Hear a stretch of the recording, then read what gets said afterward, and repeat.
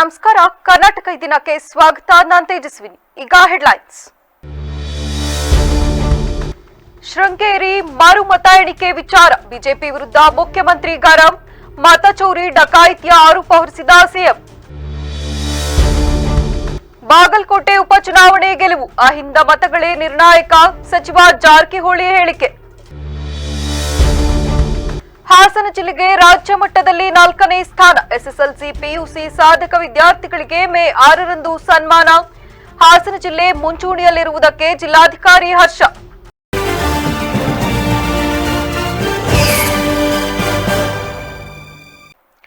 ಶೃಂಗೇರಿ ಕ್ಷೇತ್ರದ ಶಾಸಕ ಟಿಡಿ ರಾಜೇಗೌಡ ಅವರ ಮರು ಎಣಿಕೆ ವಿಚಾರವಾಗಿ ಪ್ರತಿಕ್ರಿಯಿಸಿರುವ ಮುಖ್ಯಮಂತ್ರಿ ಸಿದ್ದರಾಮಯ್ಯ ಬಿಜೆಪಿ ನಾಯಕರ ವಿರುದ್ಧ ಮತಚೋರಿ ಹಾಗೂ ಡಕಾಯಿತಿಯ ಆರೋಪವನ್ನು ಮಾಡಿದ್ದಾರೆ.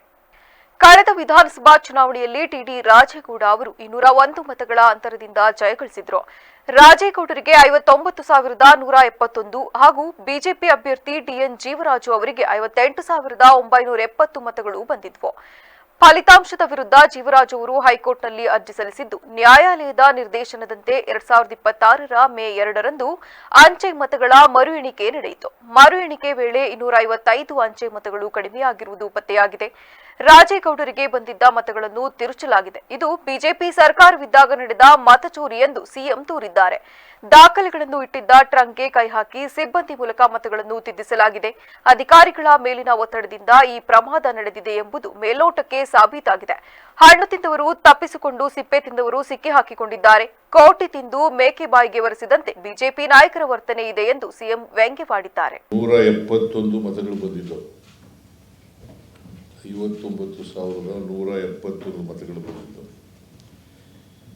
ಡಿಎನ್ ಜೀವರಾಜ್ ಅವರಿಗೆ ಅವರ ಎದುರಾಳಿ ಬಿಜೆಪಿಯ ಅಭ್ಯರ್ಥಿ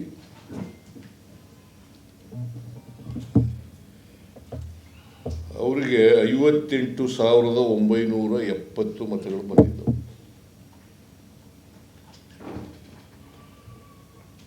58,970 ಮತಗಳು ಬಂದಿದ್ದವು.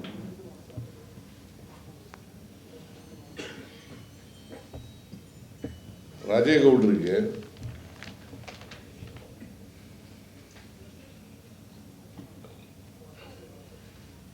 ಇವಿಎಂನಲ್ಲಿ ಬಂದಿದ್ದಂಥ ಮತಗಳು 58,602.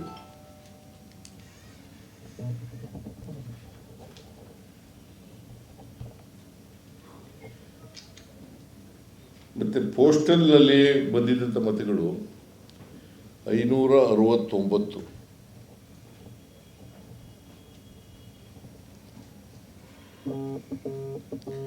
ಜೀವರಾಜ್ ಅವರಿಗೆ ಇವಿಎಂನಲ್ಲಿ ಬಂದಿದ್ದಂಥ ಮತಗಳು 58,278.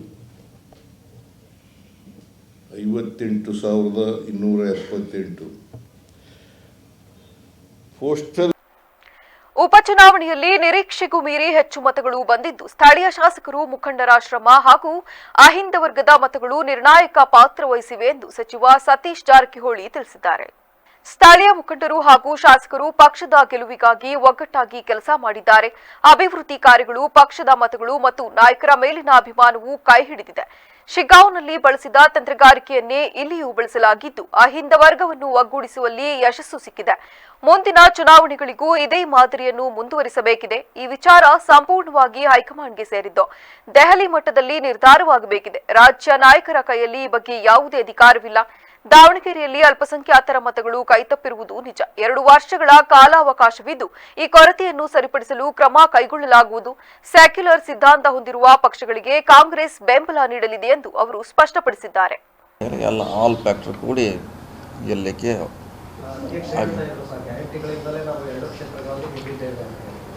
ಇಲ್ಲ, 100ಕ್ಕೆ 100 ಎಲ್ಲ ಗ್ಯಾರಂಟಿ ಹೇಳಲಿಕ್ಕೆ ಆಗಲ್ಲ. ಓಕೆ, ಅದು ಪಾರ್ಟ್ ಇದೆ ಅದರಲ್ಲಿ, ನೋ ಡೌಟ್.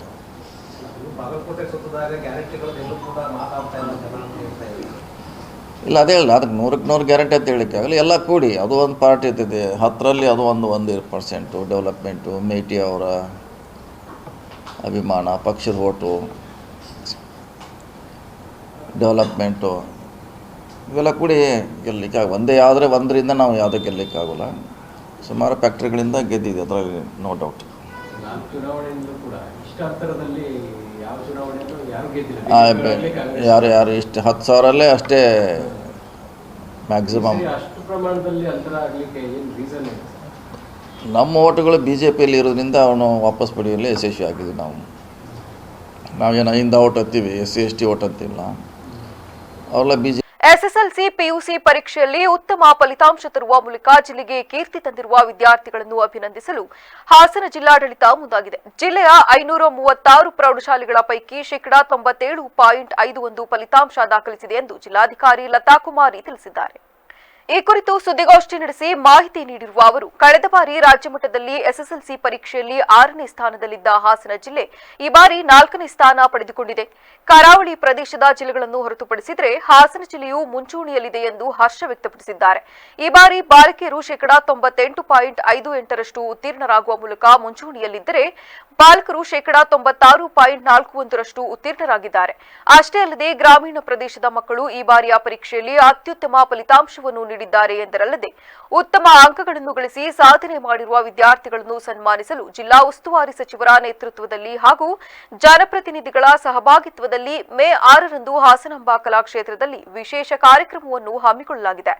ಕಾರ್ಯಕ್ರಮದಲ್ಲಿ ಸರ್ಕಾರಿ ಅನುದಾನಿತ ಹಾಗೂ ಅನುದಾನ ರಹಿತ ಶಾಲೆಗಳ ಮಕ್ಕಳನ್ನು ಆಯ್ಕೆ ಮಾಡಲಾಗಿದೆ. ಪ್ರತಿ ತಾಲೂಕಿನಿಂದ ತಲಾ 5 ವಿದ್ಯಾರ್ಥಿಗಳನ್ನು ಸನ್ಮಾನಿಸಲಾಗುತ್ತದೆ. ಬಾಲಮಂದಿರಗಳಲ್ಲಿ ಓದಿ ಉತ್ತಮ ಸಾಧನೆ ಮಾಡಿರುವ ಮಕ್ಕಳಿಗೂ ಕೂಡ ಸನ್ಮಾನ ನಡೆಯಲಿದೆ. ಸತತವಾಗಿ ಪ್ರತಿ ವರ್ಷ 100% ಫಲಿತಾಂಶವನ್ನು ನೀಡಿರುವ ಸುಮಾರು 40 ಶಾಲೆಗಳನ್ನು ಗುರುತಿಸಿ ಗೌರವಿಸಲಾಗುತ್ತಿದೆ ಎಂದರು. ಜೊತೆಗೆ ಅನುತ್ತೀರ್ಣವಾಗಿರುವ ವಿದ್ಯಾರ್ಥಿಗಳ ಸಂಖ್ಯೆ ಈ ಬಾರಿ ಕಡಿಮೆಯಾಗಿದ್ದು, ಅಂತಹ ವಿದ್ಯಾರ್ಥಿಗಳು ಪೂರಕ ಪರೀಕ್ಷೆಯಲ್ಲಿ ಉತ್ತೀರ್ಣರಾಗಲು ವಿಶೇಷ ತರಬೇತಿಯನ್ನು ನೀಡಲಾಗುತ್ತಿದೆ. ಎಲ್ಲಾ ಮಕ್ಕಳು ಉತ್ತೀರ್ಣರಾಗಬೇಕು ಹಾಗೂ ಮುಂದಿನ ಉನ್ನತ ವ್ಯಾಸಂಗಕ್ಕೆ ದಾಖಲಾಗಬೇಕೆಂಬುದು ಮುಖ್ಯ ಉದ್ದೇಶವಾಗಿದೆ ಎಂದ ಅವರು, ಜೊತೆಗೆ ವಿಪತ್ತು ನಿರ್ವಹಣಾ ವಿಚಾರದ ಬಗ್ಗೆ ಮಾತನಾಡಿದ ಅವರು, ಜಿಲ್ಲೆಯಲ್ಲಿ ಆಗಿರುವ ಮಳೆ ವಿವರ ಸೇರಿದಂತೆ ಇನ್ನಿತರ ವಿಚಾರಗಳ ಕುರಿತು ಮಾಹಿತಿ ನೀಡಿದರು. ಮುಖ್ಯವಾಗಿ ನಮ್ಮ ಶಾಲಾ ಮಕ್ಕಳು SSLC ಪರೀಕ್ಷೆಯಲ್ಲಿ ತುಂಬ ಚೆನ್ನಾಗಿ ಪರೀಕ್ಷೆಯನ್ನು ಬರೆದು ನಮ್ಮ ಜಿಲ್ಲೆಗೆ ಉತ್ತಮ ಫಲಿತಾಂಶವನ್ನು ಕೊಟ್ಟಿರ್ತಕ್ಕಂತಹ ಪುಟಾಣಿ ಮಕ್ಕಳಿಗೆ ಈ ವೇದಿಕೆಯ ಮೂಲಕ ಅವರಿಗೆಲ್ಲರಿಗೂ ಹೃತ್ಪೂರ್ವಕ ಅಭಿನಂದನೆಗಳನ್ನು ಅರ್ಪಿಸಲಿಕ್ಕೆ ಇದು ಒಂದು ಅವಕಾಶ. ಅದರಲ್ಲೂ ಹೇಳಬೇಕು ಅಂದರೆ ಹಾಸನ ಜಿಲ್ಲೆಯಲ್ಲಿ ಸುಮಾರು ನಮ್ಮಲ್ಲಿರ್ತಕ್ಕಂಥ ಒಟ್ಟು ಪ್ರೌಢಶಾಲೆಗಳು 536. ಅದರಲ್ಲಿ ನಮ್ಮ ಫಲಿತಾಂಶ ಈ ಬಾರಿ 97.51% ನಾವು ಬಂದಿದ್ದೇವೆ. ಸೊ ಅದರಲ್ಲಿ ಹೋದ ಬಾರಿ ಹಾಸನ ಜಿಲ್ಲೆ ರಾಜ್ಯಕ್ಕೆ 6ನೇ ಸ್ಥಾನ ಆಯಿತು. ಈ ಸರಿ ನಾವು 4ನೇ ಸ್ಥಾನವನ್ನು ಪಡೆದಿದ್ದೇವೆ. ಕೋಸ್ಟಲ್ ತೀರದ ಜಿಲ್ಲೆಗಳನ್ನು ಹೊರತುಪಡಿಸಿದ್ರೆ ಹಾಸನ ಜಿಲ್ಲೆ ಮೊದಲ ಸ್ಥಾನದಲ್ಲಿ ಇದೆ. ಹಾಗೆ ಹೇಳಬೇಕು ಅಂದರೆ ಅದರಲ್ಲೂ ನಾವು ಲಿಂಗವಾರು ಹೇಳಬೇಕು ಅಂತ ಅಂದರೆ ಬಾಲಕಿಯರದೇ ಮೇಲುಗೈ, ಸುಮಾರು 98.58% ಬಾಲಕಿಯರು ಉತ್ತೀರ್ಣ ಆಗಿದ್ದಾರೆ. ಬಾಲಕರು 96.41% ಆಗಿದ್ದಾರೆ. ಸೊ ಮತ್ತು ಪ್ರಾದೇಶಿಕವಾಗಿ ನೋಡೋದಾದರೂ ಸಹ ಗ್ರಾಮೀಣ ಪ್ರದೇಶದಲ್ಲಿ ಮಕ್ಕಳು ತುಂಬ ಚೆನ್ನಾಗಿ ಪರೀಕ್ಷೆಯನ್ನು ಬರೆದಿದ್ದಾರೆ, ಫಲಿತಾಂಶವನ್ನು ನೀಡಿದ್ದಾರೆ. 97.96. ನಗರದಲ್ಲಿ 96.6% ಫಲಿತಾಂಶವನ್ನು ನೀಡಿದ್ದಾರೆ. ಅದರಲ್ಲೂ ನಾವು ಈ ಬಾರಿ ನಮಗೆ ತುಂಬ ಒಂದು ಸಂತೋಷವಾದ ವಿಚಾರ ಅಂದರೆ ಸುಮಾರು 341 ಶಾಲೆಗಳು 100ಕ್ಕೆ 100 ಫಲಿತಾಂಶವನ್ನು ಪಡೆದಿದ್ದಾರೆ. ಅದರಲ್ಲೂ ನಾವು ಈ ಫಲಿತಾಂಶವನ್ನು ನಾವು ಪರಿಶೀಲನೆ ಮಾಡಿದಾಗ ವಸತಿ ಶಾಲೆಯಲ್ಲಿ ಓದ್ತಕ್ಕಂತಹ ಮಕ್ಕಳು ಸಹ ತುಂಬ ಒಳ್ಳೆಯ ಫಲಿತಾಂಶ ಕೊಟ್ಟಿದ್ದಾರೆ. 99% ಹಿಂದುಳಿದ ವರ್ಗದ ವಸತಿ ಶಾಲೆಗಳಲ್ಲಿ ಓದಿದ ಮಕ್ಕಳು 99% ಫಲಿತಾಂಶವನ್ನು ನೀಡಿದ್ದಾರೆ. ಅರ್ಕಲ್ಗೂಡು ತಾಲೂಕಿನ ಮಲ್ಲಿಪಟ್ಟಣ ಹೋಬಳಿ ವ್ಯಾಪ್ತಿಯಲ್ಲಿ ಕಾಡಾನೆಗಳ ಹಾವಳಿಯಿಂದ ತತ್ತರಿಸಿದ್ದ ರೈತರಿಗೆ ಇದೀಗ ಕಾಡುಕೋಣಗಳ ಹಾವಳಿ ಹೊಸ ಸಮಸ್ಯೆಯಾಗಿ ಪರಿಣಮಿಸಿದೆ.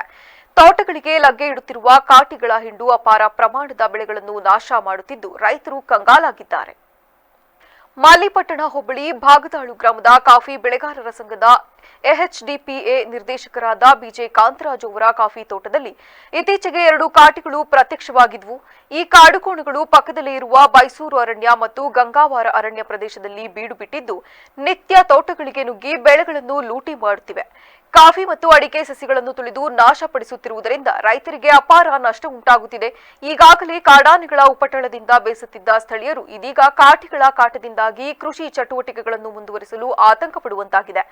ಈ ಭಾಗದಲ್ಲಿ ಪದೇ ಪದೇ ವನ್ಯಜೀವಿಗಳ ಹಾವಳಿ ಹೆಚ್ಚಾಗುತ್ತಿದ್ದು ಅರಣ್ಯ ಇಲಾಖೆ ಅಧಿಕಾರಿಗಳು ತಕ್ಷಣವೇ ಸ್ಥಳಕ್ಕೆ ಭೇಟಿ ನೀಡಬೇಕು. ರೈತರ ಬೆಳೆಗಳಿಗೆ ಆಗುತ್ತಿರುವ ನಷ್ಟಕ್ಕೆ ಸೂಕ್ತ ಪರಿಹಾರ ಒದಗಿಸುವುದರ ಜೊತೆಗೆ ವನ್ಯಜೀವಿಗಳು ಮಾನವ ವಸತಿ ಪ್ರದೇಶ ಹಾಗೂ ತೋಟಗಳಿಗೆ ನುಗ್ಗದಂತೆ ಸೂಕ್ತ ತಡೆಬೇಲಿಗಳನ್ನು ನಿರ್ಮಿಸಿ ಕಾಡಾನೆ ಮತ್ತು ಕಾಟಿಗಳ ಹಾವಳಿಯನ್ನು ನಿಯಂತ್ರಿಸಬೇಕೆಂದು ರೈತರು ಆಗ್ರಹಿಸಿದ್ದಾರೆ. ಪಂಚರಾಜ್ಯದ ಚುನಾವಣೆ ಫಲಿತಾಂಶದಲ್ಲಿ ಬಿಜೆಪಿ ಪಕ್ಷ ಪಶ್ಚಿಮ ಬಂಗಾಳ, ಅಸ್ಸಾಂ ಮತ್ತು ಪುದುಚೇರಿಯಲ್ಲಿ ಅಧಿಕಾರ ಚುಕ್ಕಾಣಿ ಹಿಡಿದ ಹಿನ್ನೆಲೆ ಬಿಜೆಪಿ ಪಕ್ಷದಿಂದ ಶಾಸಕ ಎಚ್ಕೆ ಸುರೇಶ್ ನೇತೃತ್ವದಲ್ಲಿ ಕಾರ್ಯಕರ್ತರು ಸಂಭ್ರಮಾಚರಣೆ ನಡೆಸಿದರು. ಈ ಸಂದರ್ಭದಲ್ಲಿ ಮಾತನಾಡಿದ ಎಚ್ಕೆ ಸುರೇಶ್, ದೇಶದಲ್ಲಿನ ಪಂಚರಾಜ್ಯಗಳಾದ ತಮಿಳುನಾಡು, ಕೇರಳ, ಪಶ್ಚಿಮ ಬಂಗಾಳ, ಪುದುಚೇರಿ ರಾಜ್ಯದಲ್ಲಿ ಪ್ರಧಾನಿ ನರೇಂದ್ರ ಮೋದಿ ಹಾಗೂ ಚುನಾವಣೆಯ ಚಾಣಾಕ್ಷ ಅಮಿತ್ ಶಾ ನೇತೃತ್ವದಲ್ಲಿ ಎಂದಿಗೂ ಕಾಣದ ರೀತಿಯಲ್ಲಿ ಬಿಜೆಪಿ ಜಯಭೇರಿ ಬಾರಿಸಿದೆ. ವಿಶೇಷವಾಗಿ ಕಳೆದ ಹಲವು ದಶಕಗಳಿಂದ ಪಶ್ಚಿಮ ಬಂಗಾಳ ರಾಜ್ಯದಲ್ಲಿ ಕಮ್ಯುನಿಸ್ಟ್ ಆಡಳಿತ ಮತ್ತು ಮಮತಾ ದೀದಿಯ ದುರಾಡಳಿತದಿಂದ ಅಲ್ಲಿನ ಹಿಂದೂಗಳ ಅನುಭವಿಸಿದ ನರಕ ಯಾತನೆ ನಿಜಕ್ಕೂ ಹೇಳುತ್ತಿರುವುದು. ಪಶ್ಚಿಮ ಬಂಗಾಳ ರಾಜ್ಯದಲ್ಲಿ ನಾನೇ ಸುಪ್ರೀಂ ಎಂದ ದೀದಿ ಮೋದಿ ಸರ್ಕಾರವನ್ನು ದೆಹಲಿಯಲ್ಲಿ ದಂಡಯಾತ್ರೆ ಮೂಲಕ ಅಲುಗಾಡಿಸುವೆ ಎಂಬುವರಿಗೆ ಮೋದಿ ಸರ್ಕಾರ ದೀದಿಗೆ ಹೀನಾಯ ಸೋಲನ್ನು ನೀಡಿದೆ. ಇನ್ನು ಅಸ್ಸಾಂ ಮತ್ತು ಪುದುಚೇರಿಯಲ್ಲಿ ಬಿಜೆಪಿ ಜಯಭೇರಿ ಮೂಲಕ ಅಧಿಕಾರದ ಚುಕ್ಕಾಣಿ ಹಿಡಿದು ಇಡೀ ದೇಶವೇ ಕೇಸರಿಮಯವಾಗಿದೆ ಎಂದರು. ಏನು ದೀದಿ ದೀದಿ ದೀದಿ ಅಂತಕ್ಕಂಥ ಒಂದು ದೊಡ್ಡ ಸದ್ದನ್ನ ಮಾಡಿ ಈ ದೇಶನೇ ನಂದು, ಮುಂದೆ ನನ್ನ ಭವಿಷ್ಯ ಏನಿದ್ರು ಪಾರ್ಲಿಮೆಂಟ್ ಅಲ್ಲಿ ಅಂತಕ್ಕಂಥದ್ದನ್ನ ತಾವೆಲ್ಲ ನೋಡಿದ್ರೆ ಮೊನ್ನೆ ದಂಡಯಾತ್ರೆ ಡೆಲ್ಲಿಗೆ ನಮ್ದು ಪಶ್ಚಿಮ ಬಂಗಾಳ ಆಗೋಯ್ತು. ಇನ್ನೇನಿದ್ರು ಡೆಲ್ಲಿನಲ್ಲಿ ಮೋದಿನ ಅಲುಗಾಡಿಸ್ತೀನಿ ಅಂತಕ್ಕಂಥದ್ದನ್ನ ಯಾರು ಮೋದಿನ ಅಲುಗಾಡ್ಸಕ್ ಹೋದ್ರು ಅವರೇ ಇವತ್ತು ಅಲ್ಲಾಡಿ ಯಾವ ಸ್ಥಿತಿ, ಹೀನಾಯ ಸ್ಥಿತಿಗೆ, ಇದನ್ನ ಯಾರೂ ಸಹ ನಿರೀಕ್ಷೆಯನ್ನ ಮಾಡಿರ್ಲಿಲ್ಲ. ಆದ್ರೆ ಎಲ್ಲ ಇದರಲ್ಲೂ ಬರ್ತಾ ಇತ್ತು ಬಿಜೆಪಿಗೆ ಮುನ್ನಡೆ ಇದೆ ಅಂತಕ್ಕಂಥದ್ದು. ಆದ್ರೆ ಇಷ್ಟೊಂದು ಮುನ್ನಡೆ ಇದೆ ಅಂತಕ್ಕಂಥ ಬೇಲೂರು ತಾಲೂಕು ಬಿಜೆಪಿ ಅಧ್ಯಕ್ಷ ಸಂಜು ಕೌರಿ ಮಾತನಾಡಿ, ದೇಶದಲ್ಲಿ ಪ್ರಧಾನಿ ನರೇಂದ್ರ ಮೋದಿ ಸರ್ಕಾರ ಜನಪರ ಯೋಜನೆಗಳು ಮತ್ತು ಗೃಹ ಮಂತ್ರಿಗಳ ಸಂಘಟನಾತ್ಮಕ ಶಕ್ತಿಯಿಂದ 3 ರಾಜ್ಯದಲ್ಲಿ ಬಿಜೆಪಿ ಅಧಿಕಾರ ಹಿಡಿಯಲು ಸಾಧ್ಯವಾಗಿದೆ. ಪಕ್ಕದ ತಮಿಳುನಾಡು ಮತ್ತು ಕೇರಳ ರಾಜ್ಯದಲ್ಲಿ ಕೂಡ ಉತ್ತಮ ಮತ ಪಡೆದ ಬಗ್ಗೆ ತಿಳಿಸಿದ ಅವರು, ಕಾಂಗ್ರೆಸ್ ಪಕ್ಷದ ಸ್ವಯಂ ಘೋಷಿತ ನಾಯಕ ರಾಹುಲ್ ಗಾಂಧಿ ಇನ್ನಾದರೂ ಪ್ರಧಾನಿ ಹುದ್ದೆಯ ಹಗಲು ಕನಸು ಕಾಣುವುದನ್ನು ಮೊದಲು ಬಿಡಲಿ ಎಂದು ಮೂತಲಿಸಿದರು. ಆತ್ಮೀಯರೇ, ಈ ದಿನ ಏನು ಪಶ್ಚಿಮ ಬಂಗಾಳದಲ್ಲಿ 35 ವರ್ಷಗಳ ಕಾಲ ಕಮ್ಯುನಿಸ್ಟ್ ಆಡಳಿತ ಹಾಗೂ 15 ವರ್ಷಗಳ ಕಾಲ ಒಂದು ತೃಣಮೂಲ ಕಾಂಗ್ರೆಸ್ ಅವರ ಆಡಳಿತದಿಂದ ಬೇಸತ್ತ ಜನ ಹೆಂಗ್ ಬೇಸತ್ತಿದ್ರು ಅಂದ್ರೆ, ಒಂದು ವರ್ಗಕ್ಕೆ ತುಷ್ಟೀಕರಣದಿಂದ ಇದ್ದಂತ ಸರ್ಕಾರ ಅಲ್ಲಿನ ಹಿಂದೂಗಳು ಪ್ರತಿಯೊಬ್ಬರಿಗೂ ಈ ಒಂದು ಏನು ಹಿಂಸೆ ಕೊಡ್ಕ ಬಂದಿರೋ 15 ವರ್ಷದಿಂದ ಆ ಒಂದು ಮಡುಗಟ್ಟಿದ ಕಟ್ಟೆ ಇವತ್ತು ಹೊಡೆದು ಸುನಾಮಿ ರೀತಿಯಲ್ಲಿ ಬಂದು 200ಕ್ಕೂ ಹೆಚ್ಚು ಸ್ಥಾನವನ್ನು ಪಶ್ಚಿಮ ಬಂಗಾಳದಲ್ಲಿ ಕೊಟ್ಟಿದ್ದಾರೆ. ಅದೇ ರೀತಿ ಅದೇನು ಎಕ್ಸ್ಪೆಕ್ಟೆಡ್ ಆಗಿ ಅಸ್ಸಾಂನಲ್ಲಿ 2ನೇ ಬಾರಿಗೆ ಹಿಮಂತ್ ಬಿಸ್ವಾ ಶರ್ಮಾ ಅವರು ಮುಖ್ಯಮಂತ್ರಿ ಆಗ್ಯಾರೆ ಹಾಗೂ 3ನೇ ಬಾರಿಗೆ ಸರ್ಕಾರ ರಚನೆಯಲ್ಲಿ ಅಲ್ಲಿನ ಅಸ್ಸಾಂನ ಜನ ಅವರಿಗೆ ಧನ್ಯವಾದ ಅರ್ಪಿಸ್ತೇವೆ. ಹಾಗೂ ಪಾಂಡಿಚೇರಿಯಲ್ಲಿ ಮತ್ತೊಮ್ಮೆ ಎನ್ಡಿಎ ಅಧಿಕಾರಕ್ಕೆ ಬಂದಿದೆ ಹಾಗೂ ತಮಿಳುನಾಡು ಹಾಗೂ ಕೇರಳದಲ್ಲಿ ಗಣನೀಯ ಸಾಧನೆಯನ್ನು ನಮ್ಮ ಪಕ್ಷ ಮಾಡಿದೆ. ಹಾಗೂ ಅಲ್ಲೆಲ್ಲ ಹೋರಾಟ ಮಾಡಿದಂತ ಆ ಕಾರ್ಯಕರ್ತರಿಗೆ, ದೇವದುರ್ಗ ಕಾರ್ಯಕರ್ತರಿಗೆ ನಮ್ಮ ಭಾರತೀಯ ಜನತಾ ಪಕ್ಷದ ವತಿಯಿಂದ ಈ ಸಂದರ್ಭದಲ್ಲಿ ಬಿಜೆಪಿ ಮುಖಂಡರಾದ ಜೆಕೆ ಕುಮಾರ್, ಪ್ರಸನ್ನ, ರಂಗನಾಥ್, ತೆಂಡೆಕೆರೆ ರಮೇಶ್, ಕೇಳಹಳ್ಳಿ ರಾಜು ಸೇರಿದಂತೆ ಇನ್ನು ಮುಂತಾದವರು ಹಾಜರಿದ್ದರು. ಕನ್ನಡ ಮಾಧ್ಯಮದಲ್ಲಿ ಓದುಗರ ಸಂಖ್ಯೆ ದಿನೇ ದಿನೇ ಕಡಿಮೆಯಾಗುತ್ತಿದೆ ಎಂದು ತಾಲೂಕು ಕನ್ನಡ ಸಾಹಿತ್ಯ ಪರಿಷತ್ತಿನ ಅಧ್ಯಕ್ಷ ಎಚ್ಎನ್ ಲೋಕೇಶ್ ತಿಳಿಸಿದ್ದಾರೆ. ಪಟ್ಟಣದ ಬಿಎಂ ರಸ್ತೆಯಲ್ಲಿರುವ ತಾಲೂಕು ಕರ್ನಾಟಕ ಸಂಘದಲ್ಲಿ ನಡೆದ ಕರ್ನಾಟಕ ಸಾಹಿತ್ಯ ಪರಿಷತ್ತಿನ ಸಂಸ್ಥಾಪನಾ ದಿನಾಚರಣೆ ಮತ್ತು 10ನೇ ತರಗತಿಯಲ್ಲಿ ಕನ್ನಡದಲ್ಲಿ 125ಕ್ಕೆ 125 ಅಂಕ ಪಡೆದ ಮಕ್ಕಳಿಗೆ ಪ್ರತಿಭಾ ಪುರಸ್ಕಾರ ಕಾರ್ಯಕ್ರಮದಲ್ಲಿ ಮಾತನಾಡಿ, ಕನ್ನಡ ಮಾಧ್ಯಮದಲ್ಲಿ ಓದುವವರ ಸಂಖ್ಯೆ ದಿನೇ ದಿನೇ ಕಡಿಮೆಯಾಗುತ್ತಿದೆ. ದಯಮಾಡಿ ವಿದ್ಯಾರ್ಥಿಗಳು ಕನ್ನಡ ನಾಡಲ್ಲಿ ಹುಟ್ಟಿ ಕನ್ನಡ ನಾಡಲ್ಲಿ ಬೆಳೆದು ಕನ್ನಡ ಭಾಷೆಗೆ ತನ್ನದೇ ಆದ ಸ್ಥಾನಮಾನವಿದೆ. ಆ ಸ್ಥಾನಮಾನಕ್ಕೆ ಎಲ್ಲರೂ ಕೂಡ ಗೌರವ ಸಲ್ಲಿಸಬೇಕು. ಆ ದೃಷ್ಟಿಯಿಂದ ವಿದ್ಯಾರ್ಥಿಗಳು ಕನ್ನಡ ಭಾಷೆಗೆ ಮೊದಲು ಗೌರವವನ್ನು ನೀಡಿ, ಅದರಲ್ಲೂ ವಿದ್ಯಾರ್ಥಿಗಳಿಗೆ ಅತಿ ಹೆಚ್ಚು ಅಂಕ ಪಡೆಯಲು ಶಿಕ್ಷಕರ ಪಾತ್ರ, ತಂದೆ ತಾಯಿಗಳ ಪಾತ್ರ ಬಹುಮುಖ್ಯವಾಗಿದೆ. ಜೊತೆಯಲ್ಲಿ ಕಾಣದ ಕೈಗಳು ಕೂಡ ನಿಮ್ಮೊಂದಿಗೆ ಕೈ ಜೋಡಿಸಿ ಹೆಚ್ಚು ಅಂಕ ಪಡೆಯಲು ಸಹಕರಿಸಿ ಎಂದರು. ಮಕ್ಕಳೇ, ನೀವು ಈ 125 ಅಂಕಗಳನ್ನ ತೆಗೆದುವ ಹಿಂದೆ ಸಾಕಷ್ಟು ಕಾಣದ ಕೈಗಳ ಸಹಕಾರ ಇದೆ. ನಿಮ್ಮ ತಂದೆ ತಾಯಿ ಶಿಕ್ಷಕರು ಪೋಷಕರು ಎಲ್ಲ ಸೇರಿ ಶ್ರಮಪಟ್ಟು ನಿಮ್ಮನ್ನ ಓದಿಸಿದ್ದಾರೆ. ಇದರ ಉದ್ದೇಶ ದೇಶಕ್ಕೆ ಒಳ್ಳೆಯ ಪ್ರಜೆ ಆಗಲಿ, ಕನ್ನಡ ನಾಡು ನುಡಿಯ ಬಗ್ಗೆ ಗೌರವ ಇಟ್ಟು ಬದುಕುವಂತಾಗಲಿ ಮತ್ತು ಕೇವಲ ಅಂಗಗಳೇ ಆಧಾರವಾಗಿ ತಾವು ಇಟ್ಕೋಬಾರದು. ಅಂಗವನ್ನು ತೆಗೆದಾಕ್ಷಣಕ್ಕೆ ನಾವು ಎಲ್ಲದರಲ್ಲೂ ಪರಿಪೂರ್ಣರು ಎನ್ನುವ ಭಾವನೆಯಲ್ಲಿ ತಾವು ಮುಳುಗಬಾರದು. ಇನ್ನೂ ಕೂಡ ಕಲಿಬೇಕು ಅಂತಕ್ಕಂಥ ಹಸುವಿನಲ್ಲಿ ತವಟದಲ್ಲಿ ತಾವೆಲ್ಲ ಬದುಕಬೇಕು. ಹುಟ್ಟಿದಂತ ಊರಿಗೆ, ಜನ್ಮ ಕೊಟ್ಟಂತ ತಂದೆ ತಾಯಿಗೆ ಮತ್ತು ಪಾಠ ಕಲಿತಂತಹ ಶಾಲೆಯ ಗುರುಗಳಿಗೆ ಗೌರವವನ್ನು ಇಟ್ಟು ಇನ್ನೂ ಕೂಡ ಈ ಸಂದರ್ಭದಲ್ಲಿ ನಿವೃತ್ತ ಕನ್ನಡ ಪ್ರಾಂಶುಪಾಲ ಸಿದ್ದೇಗೌಡ ಮಾತನಾಡಿ, ಜ್ಞಾನ ಬಹುಮುಖ್ಯವಾಗಿ ಬೇಕಾಗಿದೆ. ಏಕೆಂದರೆ ಜ್ಞಾನ ಎಂದರೆ ವ್ಯಾಪಾರಿಕವಾಗಿ ಅಲ್ಲ, ವಿದ್ಯಾಭ್ಯಾಸಕ್ಕಾಗಲ್ಲ. ಪ್ರತಿಯೊಂದು ವಿಚಾರಕ್ಕೂ ಪ್ರತಿಯೊಬ್ಬರಿಗೂ ಜ್ಞಾನದ ಅವಶ್ಯಕತೆ ಹೆಚ್ಚಾಗಿದೆ. ಏಕೆಂದರೆ ಇಂದು ದೊಡ್ಡ ದೊಡ್ಡ ಹುದ್ದೆಯನ್ನು ಅಲಂಕರಿಸಿರುವವರ ಜ್ಞಾನವನ್ನು ಆಧರಿಸಿ ಇವರು ಉನ್ನತ ಹುದ್ದೆಯಲ್ಲಿರುವುದು, ಇನ್ನು ಕೆಲವರು ವಿದ್ಯೆ ಇಲ್ಲದೆ ಜ್ಞಾನವನ್ನು ಪಡೆದು ಜ್ಞಾನಿಗಳಾಗಿ ತಮ್ಮ ಕೆಲಸವನ್ನು ನಿರ್ವಹಿಸುತ್ತಿದ್ದಾರೆ. ಇವರು ಕೂಡ ಉನ್ನತ ಹುದ್ದೆಯಲ್ಲೇ ಇದ್ದಾರೆ. ಡಿವಿಜಿಯವರ ಮಾತಿನಂತೆ ಇರುವ ಕೆಲಸವನ್ನು ಮಾಡು, ಅದರಲ್ಲೇ ತೃಪ್ತಿಯನ್ನು ಪಡು, ಇಲ್ಲದೆ ಕೆಲಸವನ್ನು ಮಾಡಲು ಹೋಗಿ ಇರುವ ನೆಮ್ಮದಿಯನ್ನು ಹಾಳು ಮಾಡಿಕೊಳ್ಳಬೇಡ ಎಂಬ ಗಾದೆಯಂತೆ ಮನುಷ್ಯನು ಇರುವ ಕೆಲಸದಲ್ಲೇ ತೃಪ್ತಿ ಪಡಬೇಕು. ಬೇರೊಂದು ಕೆಲಸಕ್ಕೆ ಆಸೆಪಟ್ಟು ತಮ್ಮ ನೆಮ್ಮದಿಯನ್ನು ಹಾಳು ಮಾಡಿಕೊಳ್ಳುವುದು ಒಳ್ಳೆಯದಲ್ಲ ಎಂದರು.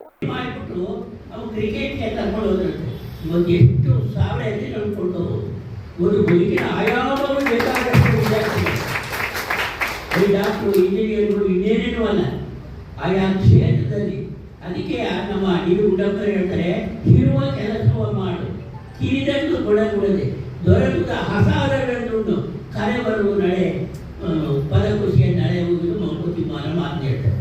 ಇವತ್ತು ವಿದ್ಯಾರ್ಥಿಗಳಿದ್ದೀರಾ, ಇದು ಬರೀ ವಿದ್ಯಾರ್ಥಿಗಳ ಯಶಸ್ಸಲ್ಲ, ಪೋಷಕರ ಯಶಸ್ಸು. ಓಕೆ ಹೇಳಿದ್ರು, ಇವತ್ತು ತಂದೆ ಬರೀ ಕಾಲತ್ತಿರ್ತಾನೆ, ತಾಯಿ ಹೊರತು ಬಟ್ಟೆ ಹಾಕೊಂಡಿರ್ತಾಳೆ. ನನ್ನ ಮಗು ಕಾಲೇಜಲ್ಲಿ ಕಾನ್ವೆಂಟಲ್ಲಿ ಚೆನ್ನಾಗಿರ್ಬೇಕು ಅಂತ ಒಳ್ಳೆ ನ್ಯೂಸ್ ಕೊಡ್ತಾರೆ, ಐದು. ಕಾರ್ಯಕ್ರಮದಲ್ಲಿ ಕನ್ನಡದಲ್ಲಿ 125ಕ್ಕೆ 125 ಅಂಕಗಳನ್ನು ಪಡೆದ 35 ಜನ ವಿದ್ಯಾರ್ಥಿಗಳಿಗೆ ಸನ್ಮಾನಿಸಿ ಗೌರವಿಸಲಾಯಿತು. ಕಾರ್ಯಕ್ರಮದಲ್ಲಿ ತಾಲೂಕು ಕ್ಷೇತ್ರ ಶಿಕ್ಷಣಾಧಿಕಾರಿ ಸತೀಶ್, ಟಿಎಪಿಎಂಸಿ ಸಹಕಾರಿ ಸಂಘದ ಅಧ್ಯಕ್ಷ ವೆಂಕಟೇಶ್, ತಾಲೂಕು ಕೆಡಿಪಿ ಸದಸ್ಯ ಮಹೇಶ್, ಕರ್ನಾಟಕ ಸಂಘದ ಅಧ್ಯಕ್ಷ ಆದಿಶೇಷ್ ಕುಮಾರ್, ರಾಜ್ಯ ಮಕ್ಕಳ ಸಾಹಿತ್ಯ ಪರಿಷತ್ತಿನ ಅಧ್ಯಕ್ಷ ಅಶೋಕ್, ಬಿಜೆಪಿ ಮುಖಂಡ ನಂಜುಂಡ ಮೈಮ್, ಕನ್ನಡ ಸಾಹಿತ್ಯ ಪರಿಷತ್ತಿನ ಉಪಾಧ್ಯಕ್ಷ ಮುಳೇಕೆರೆ ಪ್ರಕಾಶಂ, ಕಾರ್ಯದರ್ಶಿ ಜಾಬಿವುಲ್ಲಾ, ಸಂಘಟನಾ ಕಾರ್ಯದರ್ಶಿ ಮಲೆಗೂಡ, ಮಹಿಳಾ ಪದಾಧಿಕಾರಿಗಳಾದ ಯಶೋಧ ಜೈನ್, ಅನಿತಾ ರೂಪಾ ಇನ್ನು ಮುಂತಾದವರು ಹಾಜರಿದ್ದರು. ಕೊಳ್ಳೇಗಾಲ ತಾಲೂಕಿನ ಪಟ್ಟಣ ವ್ಯಾಪ್ತಿಯ ಹರಳೆ ರಸ್ತೆಯಲ್ಲಿ ಸಂಭವಿಸಿದ ಭೀಕರ ರಸ್ತೆ ಅಪಘಾತದಲ್ಲಿ ಸೈಕಲ್ ಸವಾರಿ ಮಾಡುತ್ತಿದ್ದ 11 ವರ್ಷದ ಬಾಲಕ ಸ್ಥಳದಲ್ಲೇ ಮೃತಪಟ್ಟ ಘಟನೆ ನಡೆದಿದೆ. ಚಾಮರಾಜನಗರ ಜಿಲ್ಲೆಯ ಕೊಳ್ಳೇಗಾಲ ತಾಲೂಕಿನ ಪಟ್ಟಣ ವ್ಯಾಪ್ತಿಗೆ ಸೇರಿದ ಹರಳೆ ರಸ್ತೆಯಲ್ಲಿ ಸಂಭವಿಸಿದ ರಸ್ತೆ ಅಪಘಾತದಲ್ಲಿ ಯಶವಂತ್ ಮೃತಪಟ್ಟಿದ್ದಾನೆ. ಈತ ರಜೆ ಪ್ರಯುಕ್ತ ತನ್ನ ಅಜ್ಜಿಯ ಮನೆಗೆ ಬಂದಿದ್ದನು. ಬಾಲಕನು ಸೈಕಲ್ ಸವಾರಿ ಮಾಡುತ್ತಿದ್ದಾಗ ಎದುರಿನಿಂದ ಬಂದ ಟೆಂಪೋ ಮುಖಾಮುಖಿ ಡಿಕ್ಕಿ ಹೊಡೆದಿದೆ. ಟೆಂಪೋ ಚಾಲಕನ ಅತಿಯಾದ ವೇಗ ಮತ್ತು ನಿರ್ಲಕ್ಷ್ಯವೇ ಈ ದುರ್ಘಟನೆಗೆ ಕಾರಣ ಎಂದು ಪ್ರಾಥಮಿಕ ತನಿಖೆಯಿಂದ ತಿಳಿದುಬಂದಿದೆ. ಘಟನೆಯ ಮಾಹಿತಿ ತಿಳಿದ ತಕ್ಷಣ ಸ್ಥಳಕ್ಕೆ ಧಾವಿಸಿದ ಪಟ್ಟಣ ಪೊಲೀಸ್ ಠಾಣೆಯ ಪೊಲೀಸರು ಪರಿಶೀಲನೆ ನಡೆಸಿದ್ದಾರೆ. ಮೃತ ಬಾಲಕನ ದೇಹವನ್ನು ಮರಣೋತ್ತರ ಪರೀಕ್ಷೆಗಾಗಿ ಕೊಳ್ಳೇಗಾಲ ಉಪವಿಭಾಗ ಆಸ್ಪತ್ರೆಗೆ ರವಾನಿಸಲಾಗಿದೆ. ಈ ಸಂಬಂಧ ಪಟ್ಟಣ ಪೊಲೀಸ್ ಠಾಣೆಯಲ್ಲಿ ಪ್ರಕರಣ ದಾಖಲಿಸಿಕೊಳ್ಳಲಾಗಿದೆ. ಮೃತ ಬಾಲಕ ಯಶವಂತ್ ಅವರ ತಾಯಿ ಪ್ರಿಯಾ, ತಂದೆ ಆನಂದ್ ಹಾಗೂ ಕುಟುಂಬಸ್ಥರ ಆಕ್ರಂದನ ಮುಗಿಲು ಮುಟ್ಟಿದ್ದು ಸ್ಥಳೀಯರಲ್ಲಿ ತೀವ್ರ ಶೋಕದ ವಾತಾವರಣ ನಿರ್ಮಾಣವಾಗಿದೆ. ಪಂಚರಾಜ್ಯ ಚುನಾವಣೆಯ ಫಲಿತಾಂಶ ಹೊರಬಿದ್ದಿದ್ದು ಪಶ್ಚಿಮ ಬಂಗಾಳದಲ್ಲಿ ಬಿಜೆಪಿ 108 ಕ್ಷೇತ್ರಗಳಲ್ಲಿ ಅಭೂತಪೂರ್ವ ಗೆಲುವು ಸಾಧಿಸಿದ ಹಿನ್ನೆಲೆಯಲ್ಲಿ ತಾಲೂಕಿನ ಮುಖ್ಯ ವೃತ್ತದಲ್ಲಿ ಬಿಜೆಪಿ ಪಕ್ಷದ ಕಾರ್ಯಕರ್ತರು ಪಟಾಕಿ ಸಿಡಿಸಿ ಸಿಹಿ ಹಂಚಿಸಿ ಸಂಭ್ರಮಿಸಿದರು. ಈ ಸಂದರ್ಭದಲ್ಲಿ ಮಾತನಾಡಿದ ಮಹಿಳಾ ಮೋರ್ಚಾ ಜಿಲ್ಲಾಧ್ಯಕ್ಷೆ ಶಿವಾನಿ ಶಾಂತರಾಮ, ಪಶ್ಚಿಮ ಬಂಗಾಳದಲ್ಲಿ ಕಳೆದ 5 ವರ್ಷಗಳಿಂದ ಬಿಜೆಪಿ ಪಕ್ಷದ ಕಾರ್ಯಕರ್ತರು ಬೂತ್ ಮಟ್ಟದಲ್ಲಿನ ಕಾರ್ಯ ಈ ಚುನಾವಣೆಯಲ್ಲಿ ಫಲಿತಾಂಶ ಪಡೆದಿದ್ದೇವೆ. ಕರ್ನಾಟಕದಲ್ಲಿ ಇಂದಿನ ಸರ್ಕಾರದ ತುಷ್ಟೀಕರಣದ ನೀತಿಯನ್ನು ಅನುಸರಿಸಿ ಕಾರ್ಯನಿರ್ವಹಿಸುತ್ತಿರುವುದು ತಾವೆಲ್ಲ ಗಮನಿಸುತ್ತಿದ್ದೀರಿ. ಕೇರಳದಲ್ಲೂ ಎಂಎಲ್ಎ ಸೀಟುಗಳನ್ನು ಗೆದ್ದಿದ್ದೇವೆ. ಸಮಸ್ತ ಹಿಂದೂಗಳು ಒಗ್ಗಟ್ಟಾದರೆ ಯಾರನ್ನು ಕೂಡ ಎದುರಿಸಬಹುದೆಂದು ಪಶ್ಚಿಮ ಬಂಗಾಳದ ಚುನಾವಣೆ ಸಾಕ್ಷಿಯಾಗಿದೆ ಎಂದರು. ಬೂತ್ಗಳಲ್ಲಿ ಮಾಡಿದ ಕಾರ್ಯದಿಂದಾಗಿ ಇವತ್ತು ಈ ಫಲಿತಾಂಶ 200ಕ್ಕೂ ಹೆಚ್ಚು ಸೀಟನ್ನ ನಾವು ಅಲ್ಲಿ ಪಡೆದಿದ್ದೇವೆ ಅಂತ ಹೇಳಿದ್ರೆ ಅಲ್ಲಿ ಮೂಲಭೂತವಾಗಿ ಆರ್ಎಸ್ಎಸ್ ಬಿಜೆಪಿ ಪಕ್ಷದ ತಾಲೂಕು ಮಂಡಳದ ಅಧ್ಯಕ್ಷ ಲಕ್ಷ್ಮೀನಾರಾಯಣ ನಾಯ್ಕ ಮಾತನಾಡಿ, ಪುದುಚೇರಿ, ಅಸ್ಸಾಂ, ಪಶ್ಚಿಮ ಬಂಗಾಳದಲ್ಲಿ ಪಕ್ಷ ಜಯಭೇರಿ ಬಾರಿಸಿದ್ದು, ವಿಶೇಷವಾಗಿ ಪಶ್ಚಿಮ ಬಂಗಾಳದಲ್ಲಿ ಮಮತಾ ಬ್ಯಾನರ್ಜಿ ನೇತೃತ್ವದ ಟಿಎಂಸಿ ದುರಾಡಳಿತಕ್ಕೆ ಅಂತ್ಯ ಹಾಡಿದ್ದು ಪಶ್ಚಿಮ ಬಂಗಾಳದ ಜನತೆಗೆ ಅಭಿನಂದನೆ ತಿಳಿಸಿದರು. ಇವತ್ತು ಪಂಚ ರಾಜ್ಯಗಳ ಫಲಿತಾಂಶ ಹೊರಬಿದ್ದು ಈಗಾಗಲೇ 3 ರಾಜ್ಯಗಳಲ್ಲಿ ಜಯಭೇರಿಯನ್ನು ಬಾರಿಸಿದೆ. ಅದರಲ್ಲಿ ಪುದುಚೇರಿ, ಅಸ್ಸಾಂ ಹಾಗೂ ವಿಶೇಷವಾಗಿ ಪಶ್ಚಿಮ ಬಂಗಾಳದಲ್ಲಿ ಈ ಮಮತಾ ಬ್ಯಾನರ್ಜಿ ನೇತೃತ್ವದ ಟಿಎಂಸಿ ಸರ್ಕಾರ ಈ ಸಂದರ್ಭದಲ್ಲಿ ಬಿಜೆಪಿ ಜಿಲ್ಲಾ ಕಾರ್ಯದರ್ಶಿ ಶ್ರೀಕಾಂತ್ ನಾಯ್ಕ, ಸುಬ್ರಾಯ ದೇವಡಿಗ, ರಾಜೇಶ ನಾಯ್ಕ ಮಾತನಾಡಿದರು. ಈ ಸಂದರ್ಭದಲ್ಲಿ ತಾಲೂಕಿನ 100 ಕಾರ್ಯಕರ್ತರು ಹಾಜರಿದ್ದರು. ಗುಬ್ಬಿ ಪಟ್ಟಣದ ಬಸ್ ನಿಲ್ದಾಣದಲ್ಲಿ ಹಮ್ಮಿಕೊಂಡಿದ್ದ ಪಂಚರಾಜ್ಯ ಚುನಾವಣೆಯಲ್ಲಿ ಬಿಜೆಪಿ ಪಕ್ಷ 3 ರಾಜ್ಯದಲ್ಲಿ ಗೆಲುವು ಪಡೆದ ಹಿನ್ನೆಲೆಯಲ್ಲಿ ಬಿಜೆಪಿ ಕಾರ್ಯಕರ್ತರು ಪಟಾಕಿ ಸಿಡಿಸಿ ಸಿಹಿ ಹಂಚಿ ವಿಜಯೋತ್ಸವ ಆಚರಿಸಿದರು. ಈ ವೇಳೆ ಸುದ್ದಿಗಾರರ ಜೊತೆ ಮಾತನಾಡಿದ ಬಿಜೆಪಿ ಮುಖಂಡ ಎಸ್ಡಿ ದಿಲೀಪ್ ಕುಮಾರ್, ನರೇಂದ್ರ ಮೋದಿಯವರ ಆಡಳಿತವನ್ನು ಮೆಚ್ಚಿರುವಂತಹ ಇಡೀ ದೇಶವು ಪಂಚರಾಜ್ಯ ಚುನಾವಣೆಯಲ್ಲಿ ಪಶ್ಚಿಮ ಬಂಗಾಳ, ಅಸ್ಸಾಂ ಹಾಗೂ ಪುದುಚೇರಿಯನ್ನು ಬಿಜೆಪಿ ಗೆಲ್ಲುವ ಮೂಲಕ ನರೇಂದ್ರ ಮೋದಿಯವರ ಆಡಳಿತವನ್ನು ಇಡೀ ದೇಶವೇ ಒಪ್ಪಿದೆ ಎಂಬುದು ಸಾಬೀತಾಗಿದೆ. ಬಿಜೆಪಿ ಸರ್ಕಾರವನ್ನು ಮತ್ತಷ್ಟು ಗಟ್ಟಿಗೊಳಿಸಿದಂತಹ ರಾಜ್ಯದ ಎಲ್ಲ ಮತ ಬಾಂಧವರಿಗೆ, ಕಾರ್ಯಕರ್ತರಿಗೆ ಧನ್ಯವಾದಗಳನ್ನು ತಿಳಿಸಿದರು. ಬಿಜೆಪಿ ಮುಖಂಡ ಚಂದ್ರಶೇಖರ ಬಾಜಾ ಮಾತನಾಡಿ, 2 ದಶಕಗಳಿಂದ ಆಡಳಿತ ಮಾಡುತ್ತಿದ್ದಂತಹ ವಿರೋಧ ಪಕ್ಷವನ್ನು ಮಣಿಸಿ ಪಶ್ಚಿಮ ಬಂಗಾಳವನ್ನು ಗೆಲ್ಲುವ ಮೂಲಕ ಹೊಸ ಇತಿಹಾಸವನ್ನು ಬಿಜೆಪಿಯು ಬರೆದಿದೆ. ನರೇಂದ್ರ ಮೋದಿಯವರು ಮಾಡಿರುವಂತಹ ಅಭಿವೃದ್ಧಿಯ ಕೆಲಸಗಳೇ ಶ್ರೀರಕ್ಷೆಯಾಗಿದೆ ಎಂಬುದಕ್ಕೆ ಇದು ಉದಾಹರಣೆಯಾಗಿದ್ದು, ಕರ್ನಾಟಕದಲ್ಲಿ ಈಗ ಚುನಾವಣೆ ನಡೆದರೂ ಬಿಜೆಪಿ ಗೆಲ್ಲುವುದರಲ್ಲಿ ಸಂಶಯವೇ ಇಲ್ಲ ಎಂದು ತಿಳಿಸಿದರು.